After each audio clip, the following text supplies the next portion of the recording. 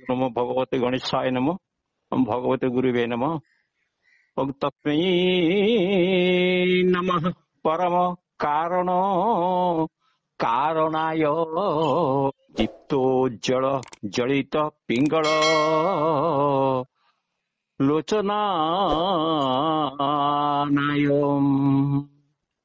नागेन्द्रहार कृत कुंडल भूषणाय ब्रह्मंत्रो विष्णु वरदाय ओम नमो शिवाय मत्पन सख शशि पनग भूषणाय शैलेन्द्र जीवदन्न चुंबित लोचनाय कैलास मंदर महेंद्र निकेतनाय लोकत्रयाति हरणाय ओम नमः शिवाय। आदि श्रावण मासर तृतीय सोमवार जी कर करी कारण कर्म कार्य सब करे से जी कारण परम कारण से प्रभु ओम नमः शिवाय अटंती। अग्नि शिखार समान देवी बा कामन उज्जवल दीप मान उज्जवल बा पिंगल नेत्रवारे प्रभु शिव अटंती। सर्पराजंकर हार कुंडलादि द्वारा भूषित अटंती तथा ब्रह्मा विष्णु इंद्र आदि देवता को मध्य से माने वरदान करिसंती काई ए कଳି जुगर लोकन को शेष समय काम आसीबो।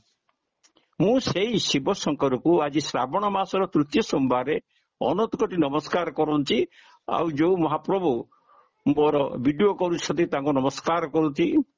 शुभमायमान निर्मल चंद्रकाल सर्प जहांकर भूषण अटंती गिरिराज कुमारी निजर मुखरे जहांकर लोचन को चुंबन करती कैलास महेंद्र गिरी जहांकर दिवस्थान अटे तथा जीए त्रिलोचन जगतर दुख को दूर करने को बर्तने काउडी कादर पानी ग्रहण करुछंती।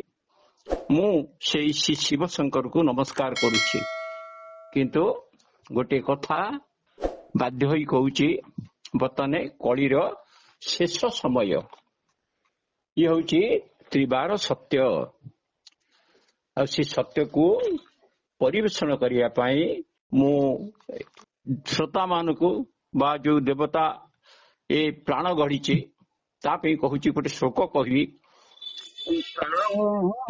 देह गेह राज्य स्वर्ग लोभोक जोग मुक्ति भार्या मिष्टं पुत्र मित्रं न गुरु राधिकं न गुरु राधिकम। तार अर्थ होची महाघोर कलिकाल ध्वंस हेबाकू जाउछि नाश प्रपंच आरंभ हेई गलानी जुगर शिखर रे बसिथिबा मेछ अज्ञानी मूढ़ व्यक्ति माने नीति विरुद्ध आईन मान प्रयन करी युग को ध्वंस मुखरे देउछंती। ये जो अंशुघात ये जो भूस्खलन ये जो बात्या ये जो बन्या ये जो जेते सबु होउची मरुड़ी जा आगु को होउची सबु निजे यही मानव समाज सृष्टि करिछि। तेणु सेति एई कथा पहुंचेबा पाई मो प्रभुंकर निर्देश पाइली। तेणु मृक्ष जंत्र किमाश्चर्यम खेल प्रभु देखौछंती सब बड़े देखिए निर्यातना सेक्स परक्रिया प्रीति सब चली तार राय हूँ दंडित होती मंडित होती। तेणु एबे आउ समय ने आगु केवल मुंडन बाकी अच्छी मुंडन बोले नंडा नंडा हे आपण मैंने तेना आपण वंश कहीं रही बाध्य दंड हे। तेणु भव भूई खेलिले अनेक मुंड काईकी भेटी हेब मन रखि था। भोट बाक्सर तृप्ति पाई ଏଇ ଅପରାଧ ମାନ ଏ ଯୁଗରେ ଚାଲିଛି, ସଂଖ୍ୟାଗରିଷ୍ଠତା ପାଇଁ ଅପମାନ ଚାଲିଛି। ତେଣୁ ଏ ଯୋଉ ଆଇନ କାନୁନ ସବୁ ନିୟନ୍ତ୍ରଣ ବାହାରକୁ ପଡି ଯାଇଛି ବା ବାହାରି ଯାଇଛି।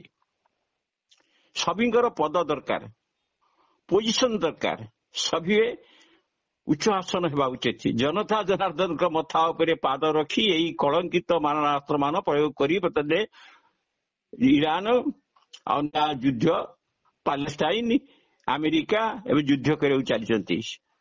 କାହିଁକି? ଗାଦି ଆପଣା ନେବା ପାଇଁ ଚାହାନ୍ତି। ଏ ଲୋକମାନେ ମଧ୍ୟ ଭୋଳ ହେଇଯାଇଛନ୍ତି, ବାଡେଇ ଦେଇଗଲେ, ବାଜି ପାରିଲେ ଆମ ଭବିଷ୍ୟତ କଣ? ଯୋଉଠି ବରଦା ମୁଦ୍ରା ଥିଲା ତାକୁ ଛାଡି ଦେଇ ପଳେଇଲେ। କାହିଁକି ନା ଫୁଲର ଗୋଟେ ବାସନା ଅଛି, ଆଉ ସେ ବାସନାରେ ମୋହ ହୋଇକି ସବୁ ପକେଇଦେଲେ। ଆଉ ଯାହା ହଉ ଏବେ ଭୋଗିବେ, ଆଉ ଭୋଗିବେ ସେଇ ଭୋଗଇବେ। ତେଣୁ କହିବା କଥା, ଇଏ ଯୋଉ ସମୟ ବର୍ତ୍ତମାନ ହେଇଛି, ସମସ୍ତେ ଲୁଣ୍ଠନ କରୁଛନ୍ତି ଜଗତକୁ। ଦେଶ ଖୋଳ ହେଇଗଲାଣି, ଅରାଜକତା ଚାରିରେ ବ୍ୟାପିଗଲାଣି। ମୁଁ ମୋର ମା ଜଗଜ୍ଜନନୀ ମା ସରଳା, ନେମାଳ ପୀଠର ସନ୍ଥ ସଦ୍ଗୁରୁ ଅଚ୍ୟୁତାନନ୍ଦ ଭବିଷ୍ୟବାଣୀ ଅନୁଯାୟୀ ଏଇ କଳିର ମହାଭାରତ ଆପଣଙ୍କୁ କହିବାକୁ ଯାଉଛି। ମହାଘୋର କଳି ଧ୍ୱଂସ ଅନିବାର୍ଯ୍ୟ, ଏଥିରେ ସନ୍ଦେହ ନାହିଁ। ଯାହା ପୂର୍ବରୁ ବକ୍ତାମାନେ କହିଛି, ଦକ୍ଷିଣେ ସାଜିବ ଉତ୍ତରେ ଗାଜିବ ପୂର୍ବେ ନ ରହିବେ କେହି। କିନ୍ତୁ ମୁଁ କହୁଛି ଉତ୍ତରେ ସାଜିବ ଦକ୍ଷିଣେ ଗାଜିବ ପୂର୍ବେ ନ ରହିବେ କେହି। ମୋର ହଉଛି ମହାପୁରୁଷଙ୍କ ସତ୍ୟବାଣୀ ବୋଲିଲି, ଉତ୍ତରେ ସାଜିବ ଦକ୍ଷିଣେ ଗାଜିବ ପୂର୍ବେ ନ ରହିବେ କେହି। ତେଣୁ ସେଇ ଯୋଉ ପୂର୍ବ ନ ରହିବେ, ଆପଣ ଆ ପୂର୍ବରୁ ବାହାରିଥିଲା 14-15 ହୁନ୍ଦର ଲାଗିବ, ସତ ବୁଝିବ ସତରକୁ, କିନ୍ତୁ 16 କୁଆଡେ ଗଲା। ତେଣୁ କହିବା ଅର୍ଥ ହଉଛି 14-15 ହୁନ୍ଦର ଲାଗିବ। ହୁନ୍ଦର କୋଉଠି ଲାଗୁଛି? ଯେତେବେଳେ କଳିସୁତ ମାନବ ଜନ୍ମ ହେଇଛି, ସେ ପ୍ରକୃତ ମାନବ ଦିଏ। ଆ ପୂର୍ବ ଏପିସୋଡରେ ମୁଁ କହିଛି ଲୋକ, ମାନବ, ମାନବିକତା, ମନୁଷ୍ୟ ବା ମହାମାନବ ଏ କଥା ବିଷୟରେ କହିଛି। ତେଣୁ ଏବେ କହିବାର କଥା ହଉଛି, ମାନେ ଏଠି ସଂହାର ହୋଇବ। ଗ୍ରାମେ ଗ୍ରାମେ କେହି ଥିବ, ଭାଦ୍ରବ ଶୁକ୍ଳ ଅଷ୍ଟମୀ ବହୁତ ଆରମ୍ଭ ହବ। ତେଣୁ ତାକୁ ବାଧ୍ୟ ହୋଇ କହିବାକୁ ପଡିଲା, କାହିଁକିନା ସେ ପ୍ରଭୁ କହିଥିଲେ ବୋଧେ ତାଙ୍କର ଠାରଗାର ଥିଲା। ତେଣୁ କେତେ ପ୍ରକାର ଲେଖିଛନ୍ତି, ସେ ଗୋଟେ ଠାରଗାର ଲେଖିଥିଲେ, ଆରେ 3 ନବ 3 ମେଦିନୀ କମ୍ପିବ, ଅଥା 3 କୋଟି ନବ, ସେବାଳେ ଯେ ପୁଣି ଯେବ ମେଛ ହେ କାଳ ସଂଯୋଗ ଗୋଇବ। 1999 ମସିହାରେ ଗୋଟେ ବାତ୍ୟା ହେଇଥିଲା।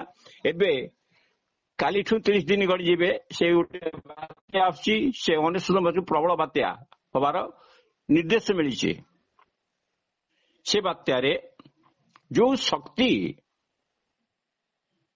1999 ମସିହାରେ ବାତ୍ୟା କରି ଜଗତକୁ ରକ୍ଷା କରିଦେଲା, ସେ ଶକ୍ତି ଏଇ ଯୋଉ ବାତ୍ୟା ହବ 4 ତାରିଖ ନେଇ 30 ଦିନ ଗଣିବାକୁ ମୁଁ ମିଡ଼ିଆ ଭାଇ କହିଥିଲି, ଏବେ ବି କହୁଛି। ସେ ବାତ୍ୟା ହବ, ସେ ବାତ୍ୟାରେ ବହୁତ ନଷ୍ଟ ହବ, କେହି କେହି ରହିବେ। ଏବେ ସମୁଦ୍ର କୂଳ ଲଙ୍ଘନ କଲାଣି, ଆପଣ ଦେଖିପାରିବେ, ଏରସମାକୁ ଯାଆନ୍ତୁ। ତେଣୁ ଆଉ କିଛି ନାହିଁ କହିବାରେ। ଲୋକ ସଚେତନ ହଉନାହାନ୍ତି, ନିଜକୁ ନିଜେ ସୃଷ୍ଟି କରିଛନ୍ତି, ନିଜେ ମରିବେ। ଆଉ ଯୋଉମାନେ ଭକ୍ତ ତାଙ୍କୁ କଷ୍ଟ ଦେବେ, କିନ୍ତୁ ଭକ୍ତକୁ ଭଗବାନ ଘୋଡେଇ ରଖିବ, ଏଇଟା ସତ। ତେଣୁ ଆମେ କହିବାର ଉଦ୍ଦେଶ୍ୟ ହଉଛି, ଏବେ ସୁଧର, ଯଦି ନ ସୁଧୁରିବ ଆପଣଙ୍କର ଯୋଉ ମହା ଉତ୍ପାତ ଆସୁଛି, ବ୍ରହ୍ମା ବିଷ୍ଣୁ ଶିବ ବି ତାଙ୍କୁ ତୁମ ରକ୍ଷା କରିପାରିବେ ନାହିଁ।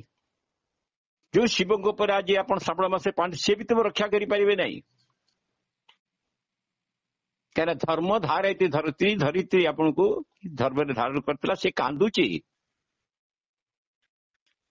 କାହିଁକିନା ବାପ ଝିଅକୁ ମାନୁନି, ଭାଇ ଭଉଣୀକି ମାନୁନି, ପୁଅ ମା କୁ ମାନୁନି,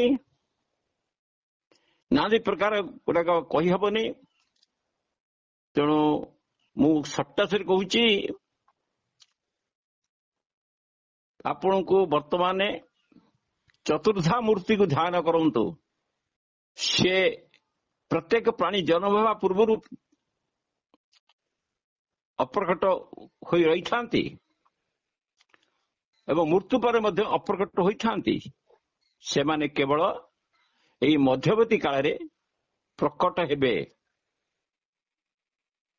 ଏ ସ୍ଥିତିରେ ତୁମେ ମରିଯିବ ବୋଲି ଶୋକ କରିବା ଉଚିତ ନୁହେଁ। କାହିଁକି ନା ତମେ ଅର୍ଜିତ।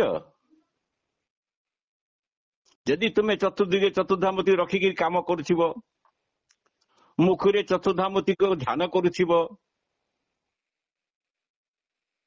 ସେବେ ସୁଦର୍ଶନ ତୁମକୁ ରକ୍ଷା କରିବ, ଆଉ କେହି ନାହିଁ। ସେଇ ସୁଦର୍ଶନ ନାଁ ହଉଛି ସୁଦର୍ଶନ। ସେ ସବୁବେଳେ ସୁକର୍ମ କରିବ, ଭକ୍ତଙ୍କୁ ସେ ଘୋଡେଇ ରଖିବ।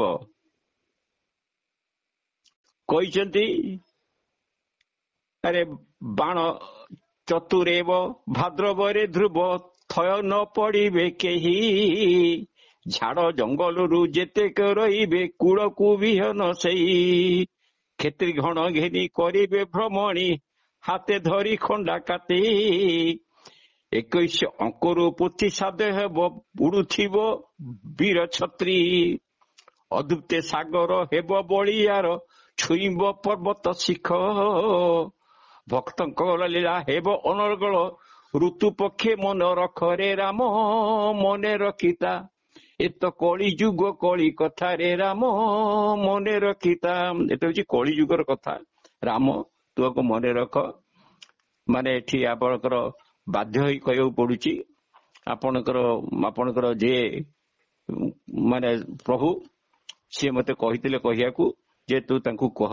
ସେ ବର୍ତ୍ତମାନ ଯୋଉ ରାମତାରକ ମନ୍ତ୍ର ଦିଆ ହେଇଥିଲା ସେ ରାମତାରକ ମନ୍ତ୍ର ଯତୁକୁ, କାହିଁକିନା ରାମଙ୍କ ପୂଜରୁ କ୍ଲିଂ ରାମ ରାମାୟଣ ମୋ ଯୋଉ କ୍ଲିଂ ହେଲେ କୃଷ୍ଣ, ସାକ୍ଷାତ ସେ ରାମ ଅଛନ୍ତି, ସେ ଜଗନ୍ନାଥ ଆସିଲେ। ତେଣୁ ଜଗନ୍ନାଥ ହଉଛି ଏକମାତ୍ର ଚତୁର୍ଦ୍ଧାମୂର୍ତ୍ତି, ସେଇ ରାମ ସିଏ ଇଏ। କିନ୍ତୁ ଆ ପୂର୍ବରୁ ମୁଁ କହିଛି ରାମ ଜଗନ୍ନାଥ ହେଇପାରିବେନି, ଜଗନ୍ନାଥ ରାମ ହେଇପାରିବେ, କୃଷ୍ଣ ଜଗନ୍ନାଥ ହେଇପାରିବେନି କି ଜଗନ୍ନାଥ କୃଷ୍ଣ ହେଇପାରିବେ। ତେଣୁ ଆମର ଯୋଉ ଅଛି ସୂର୍ଯ୍ୟ ପ୍ରଭାବରେ ଆମର ନିଜ ଶରୀରକୁ ମାନେ ସମୟ କାଳ ପାତ୍ର ଦେଖି ନିଜ ଶରୀରକୁ ସେଇ ଉପରେ ଜଳାନ୍ତୁ। ଚକଥ ଚିନ୍ତା କରନ୍ତୁ, ନାଇଁ ଆପଣଙ୍କର ସମୟ ଆସିଗଲାଣି, ସମସ୍ତେ ଯିବ, ଏବେ କିଛି ରହିବେ ନାହିଁ, ଆପଣ ରହିବେ ନାହିଁ, ମୁଁ ବି ରହିବି ନାହିଁ। କାହିଁକି ନା ସେଇଟା 2023 ମସିହାରୁ ଆରମ୍ଭ ହେଇଯାଇଛି। ଆଉ 2022 ମସିହାରେ ଟିକେ ହେଇଥିଲା, ତାପରେ 2023 ପୁରା ଆରମ୍ଭ ହେଇଯାଇଛି। କାହିଁକିନା ଏଥିରେ ଅଛନ୍ତି କିଏ? ମହାଲକ୍ଷ୍ମୀ, ମହାସରସ୍ୱତୀ, ମହାକାଳୀ, ସେମାନେ ସବୁ ଏଇ କାମ କରୁଛନ୍ତି। ଆଉ ସାଙ୍ଗରେ ଯୋଉ ଗ୍ରାମ ଦେବତୀ ଅଛନ୍ତି, ବ୍ରାହ୍ମଣୀ, ଶାରଳା, ବିରଳା ଯୋଉ ଅଛନ୍ତି ତାଙ୍କୁ ସାଙ୍ଗରେ ନେଇଛନ୍ତି। ଯେଝା ଗାଁକୁ ଯେଝା ଲୋକ ବାଛି ବାଛିକି ସେ ଖାଇବେ, ମୋର ଏଥିରେ କିଛି ଦୋଷ ନାହିଁ। ତେଣୁ ମୁଁ ଆଗରୁ କହିଦେଲି, ଆପଣ ଯିଏ ବା ଏକଥା ଶୁଣୁଛନ୍ତି ସମସ୍ତେ ନିଜ ନିଜର ଯୋଗ ମାଧ୍ୟମରେ ଯୋଉ ମାତୃଗର୍ଭ ମନ୍ତ୍ରରେ ଆପଣ ପରମ ପିତାକୁ ଦର୍ଶନ କରି କହିଥିଲେ ପ୍ରଭୁ ମତେ ଜନ୍ମ କୁର୍ମୀ କୀଟରୁ ରସ୍ତା କର, ମୁଁ ଯିବି ନା, ତୁ କଣ କରିବୁ ନା ପ୍ରଭୁ ତମକୁ ଭୋଜି, ତମେ ଭୋଜି ଯାଇକି ମାୟା ମୟରେ ବସିକିରି ପର ସ୍ତ୍ରୀ, ପରଦ୍ରବ୍ୟ, ପରଦେହ, ପର ଭଉଣୀ, ପରଭାଉଣୀ, ପରଦ୍ରବ୍ୟ, ସମସ୍ତଙ୍କୁ ହଇରାଣ କରୁଛ, କାହାକୁ ମାରୁଛ, କାହାକୁ କହିଛ, କାହାକୁ କରୁଛ, କିଛି ମାନୁନା, ସବୁ ଭୁଲି ଯାଇଛ।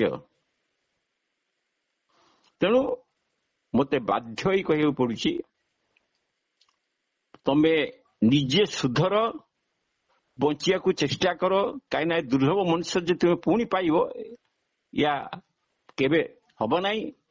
କାହିଁକି ନା ଆ ପୂର୍ବରୁ କହିଛି, ଭାଗବତ ଲେଖା ଅଛି, ତମେ ଯୋଉ ଭାବରେ ତମ ବ୍ରେନରେ ଥିବ ତମେ ସେ ଭାବରେ ପାଇବ।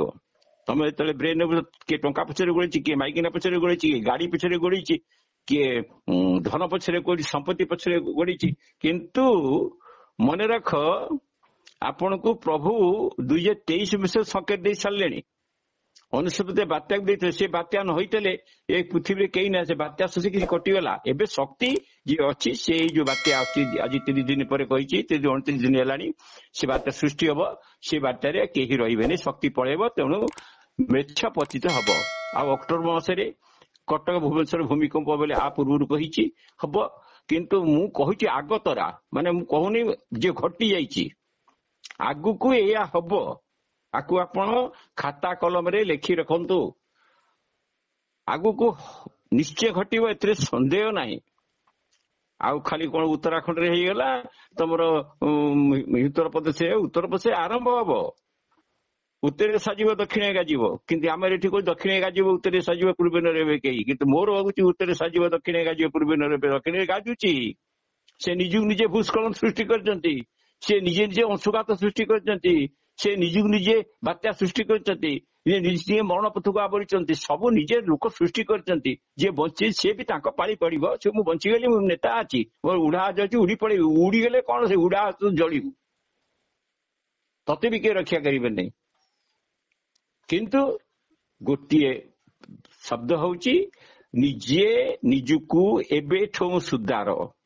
ମାନେ ଏଇ ଯୋଉ ବାତ୍ୟା ଆସୁଛି ତା ପୂର୍ବରୁ ନିଜେ ସୁଧରିକାରୀ ଜଗତକୁ ଦିବ୍ୟଜ୍ଞାନ ଦୃଷ୍ଟା ଦିଅ। ଯୋଉ ଜଗତରେ ଯୋଉ ଆପଣ ନର ରୂପୀ ନାରାୟଣ ଅଛନ୍ତି, ସେ 16 ମଣ୍ଡଳକୁ ଆବରି ରହିଛନ୍ତି, ସିଂହାସନ ବିଦୁଭ୍ରମକୁ ଆବରି ରହିଛନ୍ତି, ଧର୍ମକୁ ଆବରି ରହିଛନ୍ତି, ତାଙ୍କୁ ଚିହ୍ନ।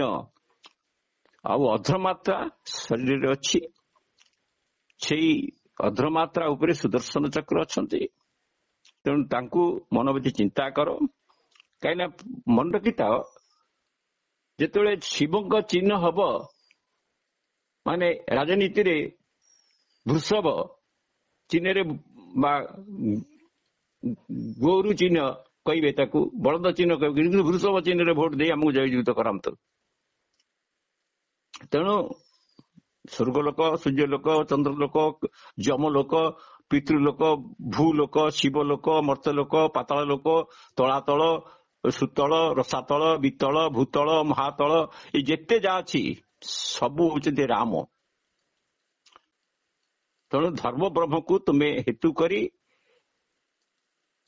ରାମ ତାରକ ମନ୍ତ୍ରକୁ ଭଲକରି ଜପ, ତ୍ରିସନ୍ଧ୍ୟା କର, ଜଗତଗୁରୁ ଜଗନ୍ନାଥକୁ ଗୁରୁ କରି ବାମ ପାଖରେ ବସାଅ, ଅଧର୍ମାଥ ସୁଦର୍ଶନକୁ ସ୍ମରଣ କର, ନିଜ ସ୍ୱରୂପକୁ ତାଙ୍କ ପାଦରେ ଅର୍ପଣ କର। ତେଣୁ ତାହେଲେ ତୁମେ କିଛି ରହିଯିବ, ନହେଲେ ସବୁ କାଳୀ ମାତା ଶକ୍ତି ଆଗରେ ସବୁ ମରିବ। ଏଥିରେ କିଛି ନାହିଁ କଥା, ଯିଏ କାଳିଆ ସେ କାଳୀ, ସେ ବିନ୍ଦୁ ବ୍ରହ୍ମ, ସେଇ ଶବ୍ଦ ବ୍ରହ୍ମ, ସେଇ କୋଷ ବ୍ରହ୍ମ, ସେଇ ଇଥର, ସେଇ ସବୁ କିଛି। ତେଣୁ ତୁମେ ଏବେ ତର, ନ ତରିଲେ ନ ଥକିଲେ ଯିବ, 3-5 ଯିବ। ଆଉ ଗୋଟେ କଥା, ଧନିଆଗିରି ପର୍ଯ୍ୟନ୍ତ 13ଟି ମଣ୍ଡଳରେ ମହାବିନାୟକ ଗୋଟେ ଚଣ୍ଡିଖୋଲ ପାଖରେ ଅଛି, ସେ ବିନାୟକ ସେବାରେ କିଛି ଭକ୍ତ ରହିବେ। ଆଉ ଗୋଟେ ବାରୁଣୀ ନଦୀ ଅଛି, ସେଠି ଭଗବତୀଙ୍କର ଗୋଟେ ଗାଦି ଅଛି, ଯୋଉଠି ଯୁଧିଷ୍ଠିର ରାଜସ୍ୱ ଯଜ୍ଞ କରିଥିଲେ, ସେ ଭୂମିରେ କିଛି ଲୋକ ରହିବେ। ଆଉ କଟକ, ଭୁବନେଶ୍ୱର ସବୁ ବାଲି ଚରିଯିବ, ସବୁ ପାତାଳକୁ ପଳେଇବେ। ଆଉ 52 କୋଟି ଭଣ୍ଡାରକୁ 56 କୋଟି ଜୀବଜନ୍ତୁ, କାହାକୁ ଉପାସ ରଖୁଥିଲେ, କାହାକୁ ଖାଇବାକୁ ଦେଉଥିଲେ। ଯେହେତୁ ତମେ ମାନେ ସବୁ ନିଜ ଅର୍ଜିଛ, ସେ ଅର୍ଜିଟା ଫଳ ତମେ ଭୋଗିବ। ଆଉ ଏମିତି ଭୋଗିବ ମାନେ ତମ ସ୍ୱପ୍ନର ବାହାରେ, ମାନେ ତମେ ଭାବିନଥିବ ମୁଁ ଏମିତି ଭୋଗିବି ବୋଲିକିରି। କାହିଁକି ନା ତୁମେ ସୃଷ୍ଟି କରିଛ, ତମେ ଇଏ କରୁଛ, ତମେ ନିଜେ ସବୁଗୁଡା ସୃଷ୍ଟି କରୁଛ। ତେଣୁ ତମେ ଯୋଉଟା ସୃଷ୍ଟି କରିଛ ସେଇଟା ତମେ ହିଁ ଭୋଗିବ। ଆପଣଙ୍କର ଗୋଟେ ଜିନିଷ ହଉଛି କଣ, ଆପଣ ଯୋଉଗୁଡାକ ନିଜେ ଯିଏ ସୃଷ୍ଟି କରିଛନ୍ତି, ଯେମିତି ଆପଣଙ୍କର ଅଂଶୁଘାତ ହେଲା, ସୁନାମି ହେଲା, ଭୂସ୍ଖଳନ ହେଲା, ବାତ୍ୟା ହେଲା, ମରୁଡି ହେଲା, ପ୍ରଚଣ୍ଡ ଗ୍ରୀଷ୍ମ ପ୍ରବାହ ହେଲା, ଜଳ ପ୍ରଳୟ ହେଲା, ଭୂମିକମ୍ପ ହେଲା, ଏଉଟିକା ହଉଛି ମନୁଷ୍ୟ କୃତ୍ୟ। ଏ କର୍ମ ଫଳ ତମେ ଭୋଗିବ। କିଏ ଆଜି ଭୋଗୁଛି, କିଏ କାଲି ଭୋଗିବ, ନିଶ୍ଚିତ ଭୋଗିବ, ଏତେ ସନ୍ଦେହ ନାହିଁ। ତେଣୁ ଏବେ କହିବାର କଥା, ଏବେ ମାତ୍ର ସମୟ ଅଛି ଗୋଟାଏ ମାସ। ଯଦି ତମେ 21 ଦିନ 22 ଦିନ ଖଣ୍ଡେ ନିଜେ ଏସବୁ ମନ୍ତ୍ରକୁ ଜପି ନିଜ ସଂସାରକୁ ତାରିବା ପାଇଁ ନିଷ୍ଠାଗତ ଭାବରେ ଆସ, ତୁମେ ବଞ୍ଚିବ, ଅନ୍ୟକୁ ବଞ୍ଚେଇବ, ପ୍ରଭୁଙ୍କୁ ଖୁସି କରିବ। ତେଣୁ ପ୍ରଭୁ ଖୁସି ହେବେ, ତୁମ ଖୁସି ହବ। ତେଣୁ ତୁମେ ନିଜ ଖୁସି ହବ ନାହିଁ। ତେଣୁ ତମେ ଚିନ୍ତା କର, ସୂର୍ଯ୍ୟ ଉଦୟ ହଉଛନ୍ତି, ନିଜେ ଜଳୁଛନ୍ତି, ସଂସାର ପ୍ରାଣୀକୁ ପାଳୁଛନ୍ତି। ନା ଆପଣଙ୍କ ମତାମତ କଣ ଆଜ୍ଞା? ଆଜ୍ଞା। କିନ୍ତୁ ସମସ୍ତ ସୁଖ ସଂଯୋଗରୁ ତମେ ବିମୁକ୍ତ ହେଇ, ତମେ ସବୁ କର୍ତ୍ତା ହେଇ, ସବୁ ଜାଣି ଶୁଣିକି ତମେ ବିଷ ପାନ କରୁଛ, ବିଷ ଉଦ୍ଗାର କରୁଛ, ବିଷ ସୃଷ୍ଟି କରୁଛ। ଆଉ ବର୍ତ୍ତମାନ ଯୋଉ ସମୟ, ସେ ବିଶ୍ୱକର୍ତ୍ତା ବିଶ୍ୱର ଆଶୁତୋଷ ଶିବ, ସିଏ ବର୍ତ୍ତମାନ ତାଙ୍କ ସମୟ ଚାଲିଛି, ତାଙ୍କ ସମ୍ବତ୍ସର ଚାଲିଛି।